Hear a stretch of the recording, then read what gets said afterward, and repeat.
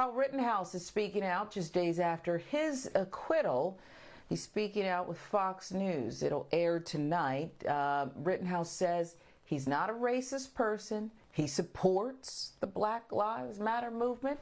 He went on to say his case had nothing to do with race, everything to do with the right to self-defense, he says.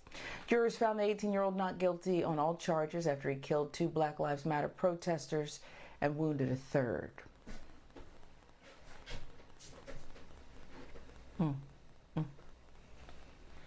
I had to deal with this all weekend long, and Yeah. I didn't say anything purposely on Instagram, Twitter. I just, sometimes you just get numb to these things. Sometimes I told you after the George Floyd situation, Derek Chauvin was rightfully put in prison for a long period of time, still waiting on the 3 other officers in that case to have their day in court. I knew that we was going to make progress, but we were also going to, sometimes we take a step up and then take 2 steps back. And then we hear President Biden come out and saying that the jury system works. I even heard, Candace talking about this when we was talking about the Ahmaud Arbery situation. And I'll get to that in a second.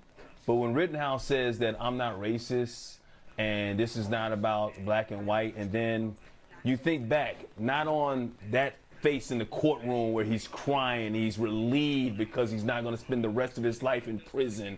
I think back to months after the fact where he killed those 2 men who were supporting Black Lives Matter and wounding another. The fact that he went down there with a gun to go out there and take care of the rioters and the looters or whatever. The fact that months after that, he was in a pool hall with a t-shirt on once again, throwing up white supremacist and racist signs. But he's saying, I'm not a racist person, but you're doing racist things. That enrages me. And that is one of the reasons why I, for my own health, I decided not to say anything and pour out my feelings and my emotions over the weekend, Sharon. But I will now, because I'm thinking about the Ahmaud Arbery situation, and I'm thinking about this jury, and I'm thinking about the fact that William Bryan asked for a plea deal. And it should be an open and shut case, Sharon. It really should be. If you look at the evidence that's out there, you're thinking, okay, well, the McMichaels are going to go to jail for a long period of time. The Bryan is going to go to jail for a long period of time. But then I also know who's on the jury. And so I should have a reason. You can't blame me for having a little trepidation this morning, Sharon. And hopefully you're not. Because Candace even said, hey, you know what? We're going to see how the justice system works. They want to see how the justice system works. That's what concerns me. Because we are going to see how the justice system works. We know how it works. It works for them. Amen. It does not work for black and brown people. That is the issue that I'm having here. When you think about the justice system, and I keep saying, oh, it's broken, it's broken. No, I take that back, Sharon. Yeah. The justice system is not broken. You know why the justice system isn't broken? Because that's the way it was intended to be. So it's just like saying, oh, if you're going to Vegas and you're playing a slot machine, and you're losing all your money, you're thinking, oh, and this slot machine must be broken. I'm not winning any money. No, that's how it's intended. That's how it's set up. So every now and then, you're going to hit jackpot. You're going to get a couple of coins here and there. But for the most part, if you're black, the justice system does not work for you, and you're going to lose. The house wins every time. So until that is fixed, yes, I'm going to have some trepidation. I'm going to have some hesitation. I'm going to have some doubt about whether something is going to go right for a black person when it comes to justice in this country, when it comes to the criminal justice system. With juries, with these lawyers, with the judges that we saw in Kenosha, Wisconsin, I have a reason to feel the way I do this morning. And until things even out and they play and they're fair, I'm always going to feel this way, and I'm going to continue to fight. And I keep saying this every single way, and I'm tired of saying it. I'm going to continue to fight until we get the justice that we deserve. Yeah, and I want to put up on the screen these quotes that this misguided this Kyle Rittenhouse. Nothing to do with race, he says about the case. It never had to do with race. It had to do with the right to self-defense. He is the latest generation of white men in America who take up arms and think they have the right to push, maim, and kill us. That's what he believes. I'm not a racist person. I support. He doesn't even understand what Black Lives Matter is all about. He was out there to put property over lives. In this case, white lives who supported black people. It really is that simple. And if you want to talk about Arbery, there's not justice for Arbery. Already, I don't even care what the verdict is. It's not going to be justice. He's running down the street in Georgia.